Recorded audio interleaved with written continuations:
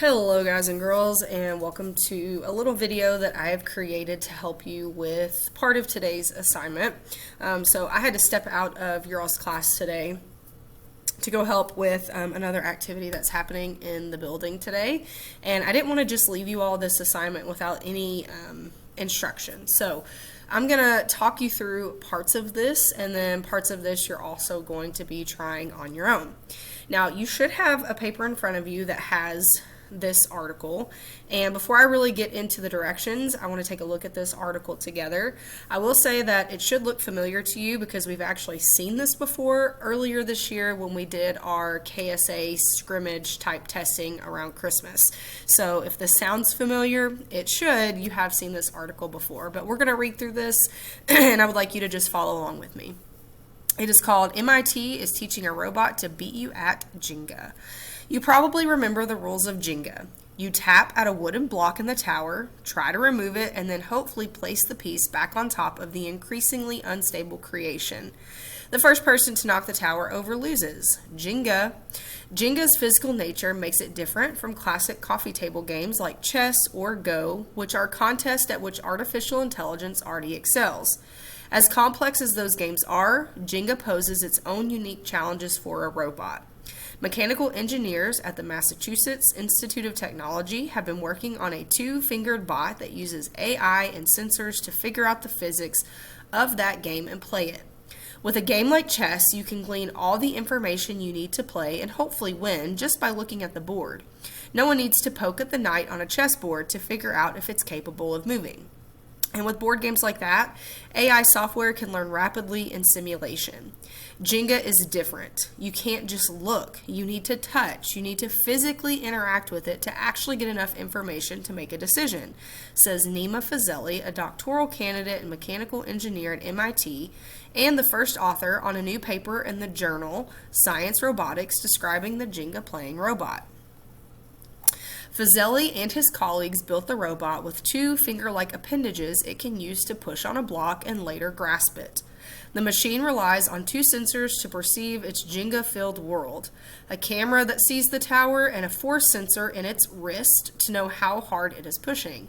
While they had to build its gripper component, the arm itself is an off-the-shelf style robotic device. Through those sensors and machine learning techniques like neural networks, it was able to discern the physics of the game. The robot learned through experience. The eventual goal was for it to become, quote, good at predicting when it is a good idea to keep pushing or when it is a good idea to stop pushing, says Alberto Rodriguez, the paper's senior author and professor of mechanical engineering at MIT. Through poking at blocks and seeing if they feel like they can move easily or not, or if the tower collapses, the robot can build nuggets of experience. That learning is what the robot can do thanks to artificial intelligence, although the engineers have to give it some basic information first. They told it that the goal of the game was to remove blocks and then place them on top, but the other stuff is autonomous. It decides on its own which blocks to push and which blocks to probe, and it decides on its own how to extract them. And it decides on its own when it's a good idea to keep extracting them or to move to another one, says Rodriguez. It can give up on a specific block if it needs to, an important skill. But don't worry about this robot. It is going to show up at your door for your next game night and clobber you and your friends. Rodriguez says that the contraption is good enough so that it could play against a human, and it would be fun, even if it is slow. But the researchers say an expert could still beat it. This is definitely not a project that was driven by trying to achieve superhuman performance, he adds. Worried about robots taking over the world? Take heart that while AI systems are great at board games like chess, they still need some work before easily clobbering us at a physical game of blocks. Jenga. All right, now that we have read that passage together, go ahead and turn the page, and this is what you're going to see. So if you remember when we looked at this passage before, the reason that we were working with this passage specifically is because this was something that has been on the KSA test in previous years. Now what's cool and what we didn't talk about before is that the people who create and grade the KSA assessments actually release some student responses, and then they share how they graded those responses. So with this activity that you guys are going to be completing today, you are actually going to be looking at some responses that were given based on this passage by actual other 8th grade students in Kentucky. And I'm going to put the ball in your court today, and I'm going to have you give each of these responses a score. Now, some of these, like I said at the beginning, we're going to walk through together, and then I'm going to have you try some on your own. So on the second page, if you've not flipped there, go ahead and get there for me.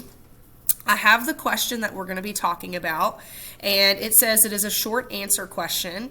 The directions say to read the question carefully and then enter your answer in the space provided. The question is right here on the screen. Explain how the author supports the argument that the reader does not need to worry about robots taking over the world. Support your answer with evidence from the text. This is the rubric that the people who created the KSA test use when assessing your answers. I want you guys to notice that for this particular question, the students could either get 2 points, 1 point, or 0 points. And when we flip the page here in just a second, you are going to see that I have included 3 student responses. One of these responses was given a score of 2 points. One of the responses was given a score of 1 point, and then one of the responses was given 0 points. So it's going to be your job to figure out which is which. Let's go ahead and go to the next page. And this is where you might need to pause the video, because for this activity, you are going to need some coloring supplies. You're actually going to need 4 different colors. I don't care what the colors are. That's going to be totally up to you, but you are going to need 4 colors. I have some markers under the TV up at the front, so if you need to, you can go ahead and pause the video and go get your coloring supplies together. Up at the top of this paper where it says key, we are going to create a key for ourselves. Again, the colors don't matter, but I want you to take your 4 colors and give each of these parts of the response a color, right? So my answer color is going to be blue. My because color is going to be yellow. My evidence color is going to be red.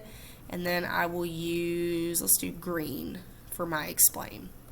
So again, with whatever 4 colors you have, go ahead and create yourself a key up at the top. Again, my answer is going to be blue. My because is going to be yellow. My evidence is going to be red, and my explain is going to be green. We have talked a lot this year about how whenever you are given a writing question like this one is, you need to follow the elements of ABE. So before we go through and we try to assign any type of points for these responses, we're going to go through and we're going to annotate the passage together. And we're going to be looking to see if the students gave an answer, and if they did, I'm going to underline it in blue, but you're going to use your answer color. We're going to see if they gave a because, and then their evidence and their explain. So here's the first student response. We're going to do this one together.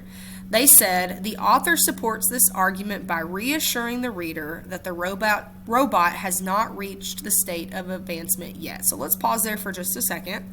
I'm going to get my blue color first, and it does look like they started by saying that the author supports this argument. And then they didn't use the word because, but they did use the word by. So I'm going to go ahead and get my because color, and I'm going to underline the rest of this sentence in the because color. Okay?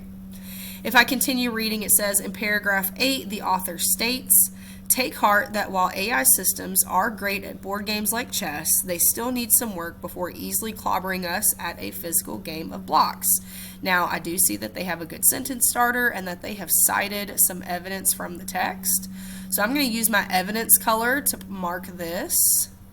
And again, I'm using red because that's what I had in my key up at the top, but you very well may have used a different color. And then it goes on to say what he means by this is that while robots are being programmed to play games, they are not advanced enough to harm humans. And that is their explanation. So I'm going to underline that in my explain color, which is green. And I'm not doing a great job underlining here because I'm trying to use my little mouse pad on my computer, and it's just not great. But you get the idea, and if you need to pause the video to continue underlining, feel free to do that. Okay, so before we actually assign how many points we think this was given, let's do our rationale first. So our rationale is just where we're going to put what we think this person did well and maybe what they could improve on. So what I noticed right off the bat is that they did have an answer and a because. And I know they use the word by and not because, but that's okay. It's the same thing. So I think that's good. They did include evidence, and they also had an explanation. So let's put also had evidence and an explanation.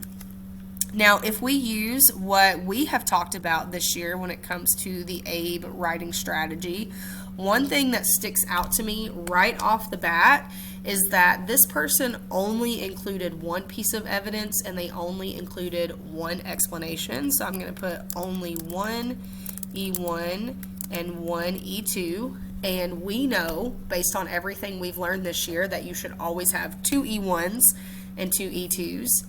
And one other final thing that stands out to me here, maybe you noticed it as well, their E2 is only one sentence. And we have talked this year a lot about how each E2 should be at least two sentences.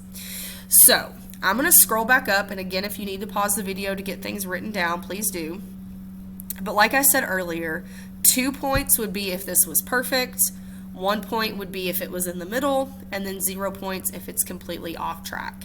I think it would be very fair to say that this is probably a 1 point response, and obviously I know that this was given 1 point because I've seen the answer.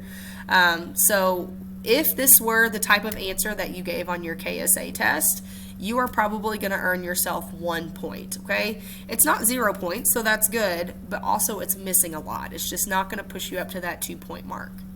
All right, we are very quickly going to go over the second response, and then you're going to do the last one on your own. This student said, robots can be helpful, like the snake bot it used in the Army.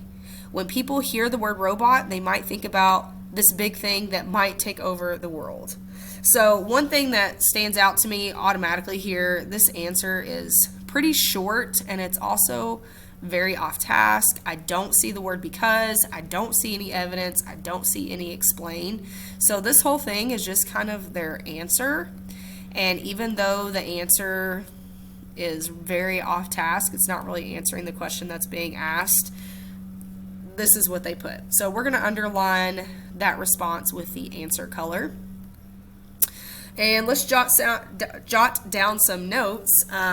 They did not follow ABE, right? They do have an answer, but it doesn't have a because, it doesn't have anything cited from the text, there's no explanation. It's also completely off topic.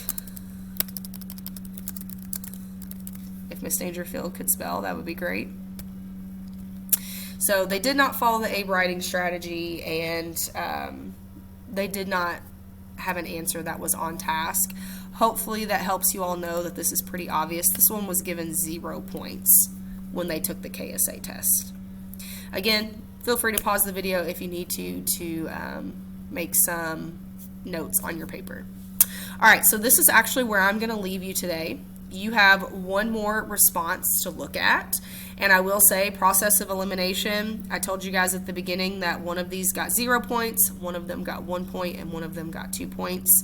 Since we've already had our 0 point and our 1 point, then you know this one got 2 points. So here's what you need to do. Go ahead and annotate this, and if you need to make yourself a new key up here at the top, you can. Underline your answer, your because, your evidence, and your explain.